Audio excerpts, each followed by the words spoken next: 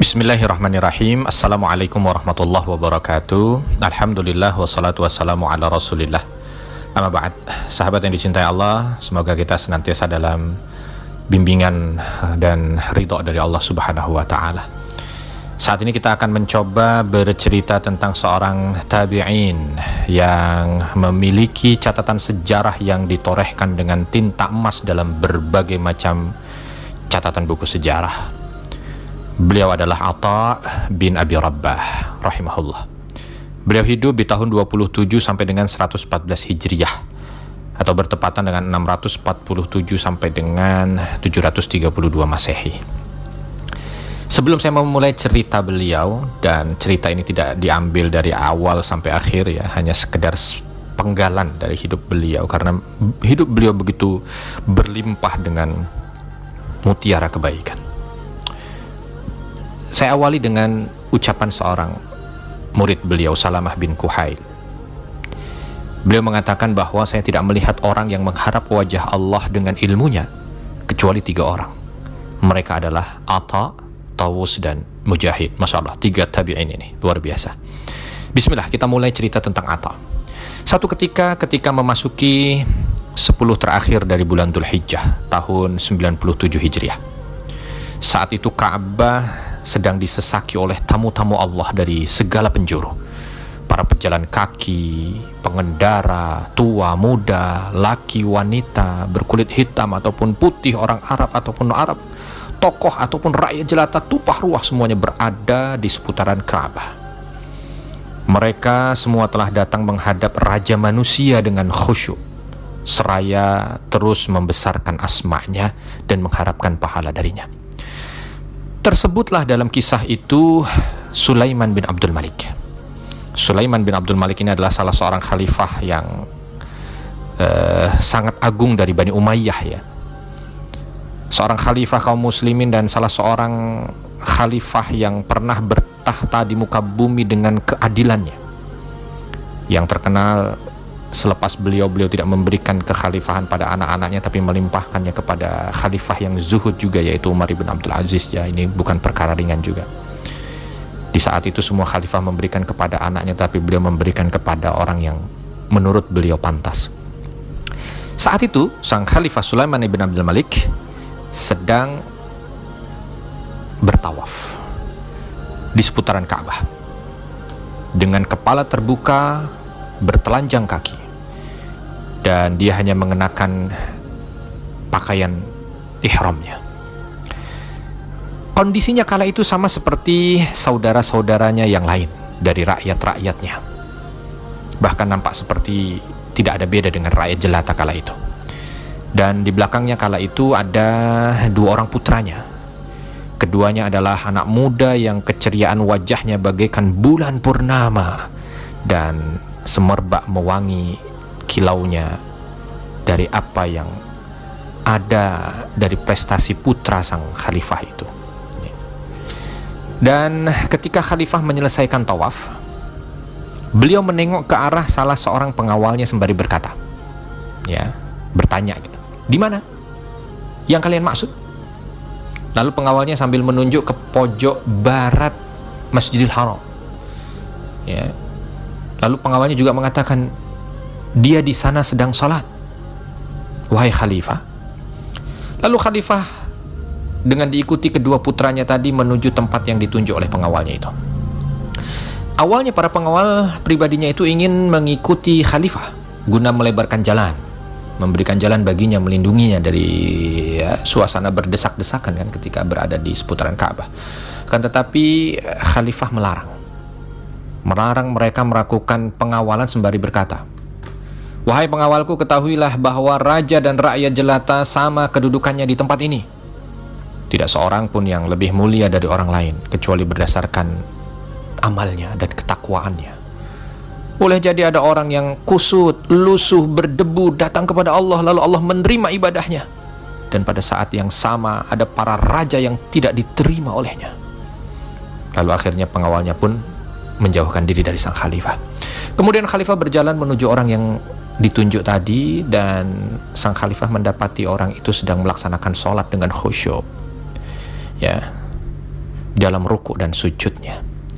Sementara orang-orang juga duduk di belakangnya, di sebelah kanan dan kirinya, memenuhi seputarannya. Lalu khalifah pun datang dan duduk di barisan paling belakang, karena memang beliau juga datang tidak pertama. Duduk di barisan paling belakang dari majelis yang ada dan mendudukkan juga kedua anaknya di situ. Mulailah dua anak muda Quraisy ini mengamati laki-laki yang dituju oleh ayah mereka. Lalu Khalifah Sulaiman juga duduk bersama dengan orang-orang awam lainnya menunggu hingga selesai dari sholatnya. Ternyata orang itu adalah seorang tua yang berasal dari Habasyah, berkulit hitam, berambut keriting, lebat, dan pesek hidungnya. Ya, jika dia duduk tampak bagaikan gagak hitam. Ketika orang itu selesai dari sholatnya, dia menoleh ke arah di mana khalifah berada. Lalu Sulaiman bin Abdul Malik, sang khalifah, memberi salam dan orang itu pun membalasnya. Saat itulah khalifah menyongsongnya dan bertanya tentang manasik haji. Dan saat itu sang khalifah sedang berhaji, ya, dari satu hal ke hal lainnya. Dan orang itu menjawab setiap pertanyaan dengan jawaban yang tuntas dan terperinci, sehingga tidak memberikan kesempatan lagi bagi si penanya untuk bertanya lagi, karena memang sudah sangat jelas. Dan yang ditanya juga menyandarkan setiap perkataan yang diucapkan itu kepada sabda Nabi Sallallahu Alaihi Wasallam.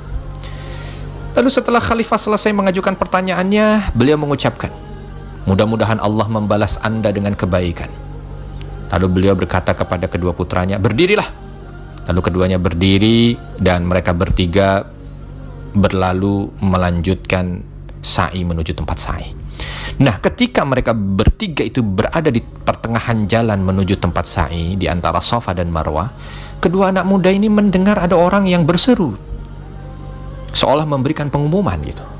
Wahai kaum muslimin, siapapun tidak boleh memberi fatwa kepada orang-orang di tempat ini kecuali hanya Atha bin Abi Rabbah. Dan jika tidak ada Atha bin Abi Rabbah, maka kepada Abdullah bin Abi Najih. Maka salah satu dari kedua anak muda ini tadi, yang putra dari khalifah ini, menoleh kepada ayahnya lalu berkata, wahai ayahanda, bagaimana mungkin yang sudah disebut sebagai rujukan fatwa itu, ya, menyuruh orang tidak meminta fatwa kepada siapapun selain kepada Atha bin Abi Rabbah dan sahabatnya.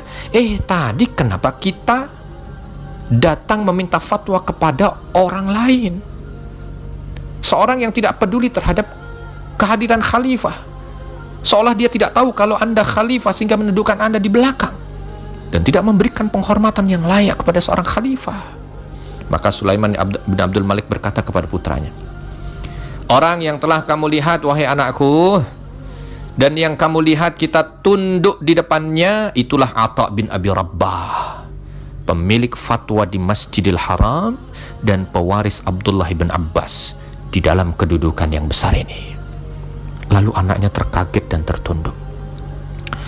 Kemudian khalifah melanjutkan perkataannya, wahai anakku, belajarlah ilmu, karena dengan ilmu orang rendah akan menjadi mulia, orang yang malas akan menjadi pintar, dan budak akan melebihi derajat para raja. Dan perkataan Sulaiman bin Abdul Malik kepada putranya tentang masalah ilmu tidaklah berlebihan, sahabat. Karena Atha bin Abi Rabbah ini pada masa kecilnya adalah hamba sahaya, budak, milik seorang perempuan penduduk Mekah. Akan tetapi Allah Subhanahu wa ta'ala memuliakan budak Habasyah ini dengan meletakkan kedua kakinya semenjak kecil di atas jalan ilmu. Dia membagi waktunya menjadi 3 bagian. Satu bagian untuk majikan perempuannya itu, di mana dia mengabdi kepadanya dengan sebaik-baik pengabdian dan memberikan hak-haknya dengan sempurna. Dan satu bagian dia jadikan untuk Tuhannya, untuk Rabbnya. Waktu ini dia gunakan untuk beribadah dengan sepenuh-penuhnya, sebaik-baiknya, seikhlas-ikhlasnya kepada Allah. Dan satu bagian lain dia jadikan untuk mencari ilmu. Dia banyak berguru. Beliau banyak sekali berguru kepada sahabat-sahabat Rasul Sallallahu Alaihi Wasallam yang masih hidup, dan menyerap ilmu-ilmu mereka yang begitu banyak dan murni. Beliau berguru kepada Abu Hurairah, Abdullah bin Umar, Abdullah bin Abbas, Abdullah bin Zubair, dan sahabat-sahabat mulia lainnya, sehingga hatinya dipenuhi dengan ilmu, fikih, dan riwayat dari Rasul Sallallahu Alaihi Wasallam.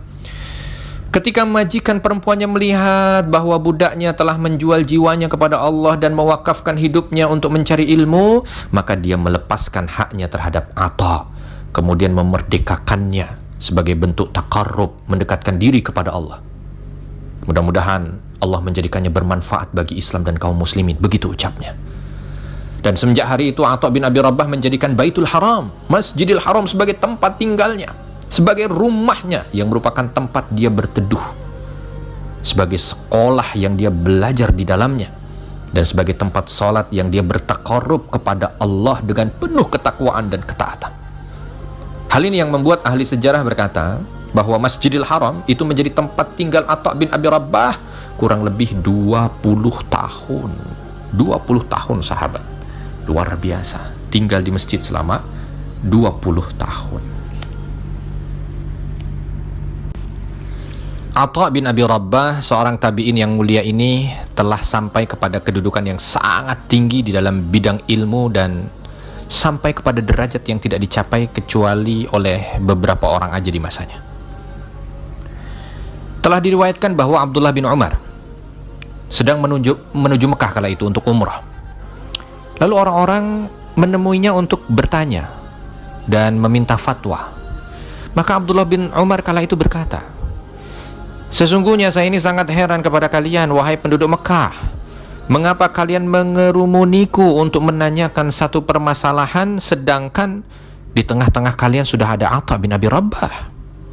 Masya Allah, sampai seperti itu ya sahabat Abdullah bin Umar memberikan pujiannya kepada Atha bin Abi Rabah radhiyallahu anhu.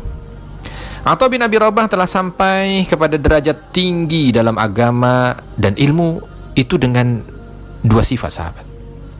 Yang pertama, bahwa dia menjadikan dirinya sebagai pemimpin atas jiwanya, dan dia tidak memberikan kesempatan kepadanya untuk bersenang-senang dengan sesuatu yang tidak berguna. Dan sifat yang kedua, bahwa beliau menjadikan dirinya sebagai pemimpin atas waktunya, sehingga beliau tidak membiarkan dirinya hanyut di dalam perkataan dan perbuatan yang melebihi keperluan. Murid beliau Muhammad bin Suqah, ya, dan beliau juga termasuk salah seorang ulama dan ahli ibadah di Kufah, itu bercerita kepada orang-orang yang mengunjunginya. Apa yang beliau ceritakan? Beliau menyampaikan begini, "Maukah kalian mendengar satu ucapan? Barangkali ucapan ini dapat memberi manfaat kepada kalian, sebagaimana ucapan ini telah memberi manfaat juga kepadaku." Maka murid-muridnya menjawab, "Mau, wahai guru." Lalu beliau melanjutkan, Muhammad bin Suqah, "Pada satu hari, Atha bin Abi Rabah menasihatiku. Dia berkata, 'Wahai keponakanku, sesungguhnya orang-orang sebelum kami dahulu tidak menyukai perkataan yang sia-sia.' Lalu aku bertanya, 'Dan apa perkataan yang sia-sia itu menurut mereka, wahai guru?' Lalu Atha bin Abi Rabah menjawab, 'Dahulu mereka menganggap setiap perkataan yang bukan membaca atau memahami kitab Allah adalah perkataan sia-sia. Demikian pula dengan yang bukan meriwayatkan, mengkaji hadis Nabi SAW, atau bukan menyuruh yang ma'ruf dan mencegah yang mungkar, atau bukan ilmu yang dapat digunakan untuk takarub kepada Allah, atau kamu berbicara tentang kebutuhan dan mata pencaharianmu yang harus dibicarakan dan itu penting, maka semua itu dianggap sebagai perkara yang sia-sia.' Lalu beliau mengarahkan pandangannya kepadaku dan beliau berkata, seraya menyampaikan firman Allah dalam surah Al-Infitar ayat 10-11 itu, 'Wa inna alaikum lahafizin kiraman katibin.' Dan sesungguhnya terhadap kalian ada malaikat-malaikat yang mengawasi amal perbuatan kalian, yang mulia di sisi Allah, yang mencatat amal perbuatan kalian. Lalu dilanjutkan dalam surah Qaf ayat 17 dan 18, 'Anil yamini wa 'anil shimali qa'id, ma yalfidhu min qawlin illa ladaihi raqibun 'atid.' Di mana yang satu duduk di sebelah kanan dan yang lain di sebelah kiri, tidak ada satu kata yang dia ucapkan melainkan ada di sisinya malaikat pengawas yang selalu siap untuk mencatatnya. Kemudian dia berkata, 'Apakah salah seorang di antara kita tidak malu Jika buku catatannya yang dia penuhi di awal siangnya dibuka di depannya, lalu dia menemukannya, apa yang tertulis di dalamnya bukan urusan agamanya, bukan urusan akhiratnya, atau bukan hanya sekedar urusan dunia semata. Luar biasa ini nasihatnya, Masya Allah, ini perlu untuk kita berkaca betul. Allah Subhanahu wa ta'ala benar-benar menjadikan ilmu Atha bin Abi Rabbah ini bermanfaat bagi begitu banyak golongan manusia. Di antara mereka ada yang orang-orang yang khusus ahli ilmu, tapi ada juga orang-orang awam yang mungkin pekerja dan lain sebagainya. Ya, artinya bukan hanya sekedar ahli ilmu, ilmunya itu bermanfaat bukan hanya sekedar untuk ahli ilmu saja, pekerja-pekerja yang ada di sekitarnya itu menjadi soleh karena keberkahan Atha bin Abi Rabbah. Ini diceritakan dari Imam Abu Hanifah rahimahullah. Beliau bercerita tentang dirinya. Beliau mengatakan, aku telah berbuat kesalahan dalam 5 perkara dari manasik haji di Mekah. Lalu ada tukang cukur yang mengajariku. Tukang cukur ngajarin seorang imam. Gimana ceritanya? Beliau melanjutkan, yaitu ketika aku ingin mencukur rambutku supaya aku keluar dari ihram, ingin tahadul, beliau rahimahullah. Lalu sewaktu hendak dicukur, aku berkata, wahai tukang cukur, dengan bayaran berapa Anda mencukur rambutku? Maka tukang cukur ini menjawab, mudah-mudahan Allah memberi petunjuk kepada Anda. Ibadah tidak disyariatkan dengan bayaran. Duduklah dan berilah aku kerelaan Anda. Maka aku merasa malu dan aku duduk. Namun aku duduk dalam keadaan berpaling dari arah kiblat. Lalu tukang cukur ini tadi menoleh ke arahku supaya aku menghadap ke arah kiblat. Ya, artinya diarahkan arah, ya, duduk ke arah kiblat. Lalu setelah duduk ke arah kiblat dan aku menuruti, ya, aku semakin grogi, kata Imam Abu Hanifah. Aku semakin grogi. Kemudian aku menyilakan supaya orang itu mencukur kepalaku yang sebelah kiri, tetapi tiba-tiba dia berkata, berikan bagian kanan kepala Anda. Lalu aku berputar dan mulailah Imam Abu Hanifah kagum dengan tukang cukur ini tadi, ya. Dan dia berkata, tukang cukur ini kepada Abu Hanifah yang saat itu sedang mengagumi tukang cukur ini tadi. Apa kata tukang cukur ini tadi? Kenapa Anda diam? Bertakbirlah. Kaget Imam Abu Hanifah, lalu beliau bertakbir juga, ya. Ya, sehingga aku berdiri untuk siap-siap pergi itu. Beliau siap-siap pergi. Ya. Lalu ketika siap-siap pergi, tukang cukurnya tanya lagi, kemana Anda akan pergi? Maka aku jawab, kata Imam Abu Hanifah, aku akan menuju kendaraanku. Lalu tukang cukur ini berkata, sholatlah 2 rakaat, kemudian pergilah kemana Anda suka ingin pergi. Lalu aku sholat 2 rakaat dan aku berkata dalam hati, ini seorang tukang cukur tidak akan berbuat seperti ini kecuali dia adalah orang yang berilmu. Maka selesai sholat aku datangi dia dan aku berkata, dari mana Anda dapatkan manasik yang Anda perintahkan kepadaku ini? Maka tukang cukur itu menjawab, demi Allah, aku telah melihat Atha bin Abi Rabbah melakukannya. Lalu aku mengikutinya dan aku mengarahkan orang lain juga untuk melakukan hal yang sama. Masya Allah. Luar biasa. Tukang cukur, bukan ahli ilmu, bukan muridnya Atha bin Abi Rabbah. Tukang cukur mendapat berkah dari Atha bin Abi Rabbah. Sahabat yang dicintai Allah,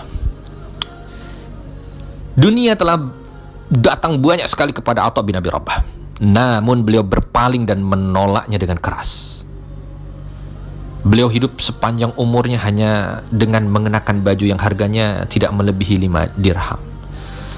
Para khalifah telah mengundangnya supaya beliau menemani mereka. Akan tetapi Atha bin Abi Rabbah tidak memenuhi ajakan mereka, karena lebih mengkhawatirkan agamanya daripada dunianya.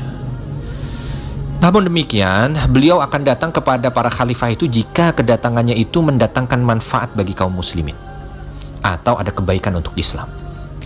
Di antaranya, seperti yang diceritakan oleh Utsman bin Atha al-Khurasani. Dia berkata, pada satu perjalanan bersama ayahku, kami ingin berkunjung kepada Hisham bin Abdul Malik. Ayah Utsman bin Atha al-Khurasani ini adalah seorang pejabat, ya, di Khurasan. Dia sedang berjalan bersama ayahnya, ya, untuk bertemu dengan Khalifah Hisham bin Abdul Malik. Ketika kami telah berjalan mendekati Damaskus, tiba-tiba kami melihat orang tua di atas keledai hitam dengan mengenakan baju jelek, kasar, dan memakai jubah lusuh dengan peci yang ala kadarnya. Tempat duduknya juga terbuat dari kayu. Maka aku tertawakan dia dan aku berkata kepada ayahku, ya, siapa ini?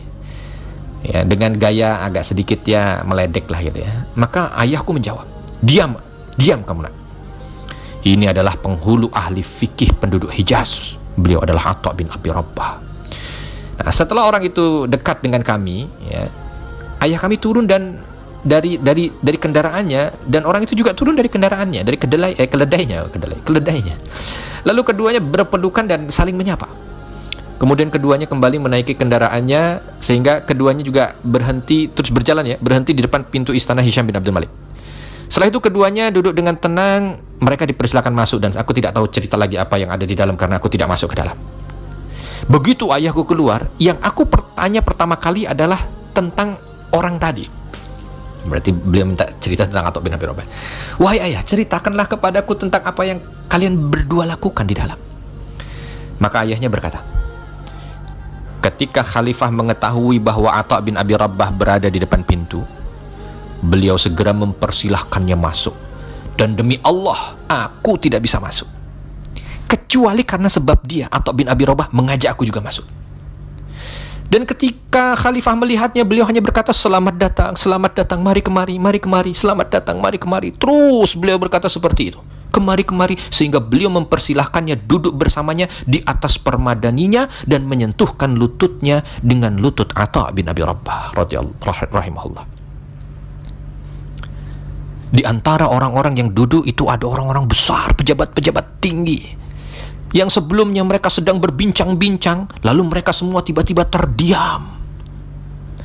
Kemudian Khalifah Hisham bin Abdul Malik menghadap kepada Atha dan bertanya, apa keperluan Anda wahai Abu Muhammad, dengan begitu lembut? Lalu Atha berkata, wahai Amirul Mukminin, penduduk Mekah dan Madinah adalah penduduk negeri Allah dan tetangga Rasul sallallahu alaihi wasallam. Berikanlah kepada mereka rizki-rizki dan pemberian-pemberian karena saat ini sedang sulit bagi mereka. Maka sang Khalifah Hisham menjawab, baik, wahai ajudan, tulislah untuk penduduk-penduduk Mekah dan Madinah pemberian-pemberian dan rezeki-rezeki mereka untuk 1 tahun. Lalu Hisham bin Abdul Malik melanjutkan, apakah ada keperluan lain wahai Abu Muhammad? Atha bin Abi Rabbah menjawab, iya wahai Amirul Mukminin, penduduk Hijaz dan penduduk Najd adalah inti orang-orang Arab dan pemuka Islam, maka berikanlah kepada mereka kelebihan sedekah. Maka Hisham berkata lagi kepada ajudannya, tulis dan berikan kepada mereka sedekah. Lalu bertanya lagi nih Khalifah, apakah ada keperluan lain wahai Abu Muhammad? Ya wahai Amirul Mukminin, jawab Atha bin Abi Rabbah, kaum muslimin yang menjaga di perbatasan, mereka berdiri di depan musuh-musuh Anda, dan mereka akan membunuh setiap orang yang berbuat jahat kepada kaum muslimin. Maka berikanlah sebagian rizki kepada mereka, karena kalau mereka mati, maka perbatasan akan hilang. Maka Hisham berkata, baik, wahai ajudan, tulislah supaya dikirim segera rizki kepada mereka-mereka yang berada di perbatasan. Lalu bertanya lagi kepada Atha, apakah ada keperluan lain wahai Abu Muhammad? Lalu Atha berkata, ya wahai Amirul Mukminin, orang-orang ahli dhimmah. Ahli dhimmah ini orang-orang non-muslim ya, yang mereka itu mengadakan perjanjian dengan kaum muslimin ya, sehingga mereka mendapatkan jaminan keamanan ya. Mereka tidak memerangi kaum muslimin dan mereka membayar jizyah ya, membayar beberapa bayaran yang dibayar sebagai ganti keamanan mereka, seperti kalau kaum muslimin membayar zakat, mereka membayar yang lain. Ini ahlu dhimmah yang sudah mengadakan perjanjian untuk hidup damai di negeri kaum muslimin. Atau mengatakan kepada Hisham bin Abdul Malik, wahai Amirul Mukminin, orang-orang ahli dhimmah hendaknya tidak dibebani dengan apa yang mereka tidak mampu, karena apa yang Anda tarik dari mereka merupakan bantuan untuk Anda atas musuh Anda. Maka Hisham kala itu berkata, wahai ajudan, tulislah untuk orang-orang ahli dhimmah supaya mereka tidak dibebani dengan sesuatu yang mereka tidak mampu. Lalu mengarahkan wajahnya kepada wajah Atha bin Abi Rabbah dengan lembut kembali, apakah ada keperluan lain wahai Abu Muhammad? Atha bin Abi Rabbah rahimahullah mengatakan, ya, bertakwalah kepada Allah di dalam diri Anda, wahai Amirul Mukminin, dan ketahuilah bahwa Anda diciptakan dalam keadaan sendiri dan akan mati dalam keadaan sendiri, dibangkitkan dalam keadaan sendiri, dan dihisab dalam keadaan sendiri. Dan demi Allah, tidak seorang pun dari orang-orang yang Anda lihat akan menyertai Anda. Maka Hisham kala itu langsung menyungkurkan wajahnya ke tanah dan menangis. Lalu Atha berdiri, dan tadi ayah dari Utsman bin Atha tadi juga ya, ikut berdiri bersamanya. Lalu ikut keluar juga bersama dengan Atha. Ketika kami sampai di pintu, ternyata ada seorang yang mengikuti Atha dengan membawa kantong. Dan aku juga tidak tahu apa yang ada dalam kantong itu, kata ayahnya. Dan orang itu berkata kepadanya, sesungguhnya Amirul Mukminin memberikan ini kepada Anda, wahai Atha bin Abi Rabbah. Maka kala itu Atha berkata, maaf, aku tidak akan menerima ini, dan memberikan firman Allah dalam surah Asy-Syu'ara ayat 109. Wa ma as'alukum alaihi min ajr in ajriya illa ala rabbil alamin. Dan aku tidak meminta imbalan kepada kalian atas seruanku itu. Imbalanku hanya dari Tuhan seluruh alam. Demi Allah, sesungguhnya Atha menemui khalifah dan keluar dari sisinya tanpa meminum setetes air pun. Masya Allah, luar biasa. Ini yang diceritakan ketika Utsman bin Atha Al-Khurasani bertanya kepada ayahnya. Sahabat yang dicintai Allah, Atha bin Abi Rabbah rahimahullah dikaruniai umur panjang hingga hampir 100 tahun. Umur itu dia penuhi dengan ilmu, amal, kebaikan, dan takwa. Dan dia membersihkannya dengan zuhud dari kekayaan yang ada di tangan manusia, dan sangat mengharap ganjaran yang ada di sisi Allah. Ketika beliau wafat, beliau dalam keadaan ringan dari beban dunia, banyak berbekal dengan amal akhirat. Selain itu, beliau melakukan ibadah haji itu sebanyak 70 kali. Beliau melakukan berarti di dalamnya 70 kali wukuf di Arafah. Di sana beliau memohon kepada Allah agar mendapatkan keridhoannya dan syurganya, dan memohon perlindungan kepadanya dari murka dan nerakanya. Rahimahullah, semoga Allah merahmati beliau, dan semoga kita juga mampu untuk bisa mengikuti jalan-jalan orang soleh ini sehingga dimampukan untuk kembali bertemu dengan beliau di syurga. Saya Arifin Nugroho untuk sahabat sekalian. Subhanakallahumma bihamdika asyhadu an la ilaha illa anta astaghfiruka wa atubu ilaik. Assalamualaikum warahmatullahi wabarakatuh.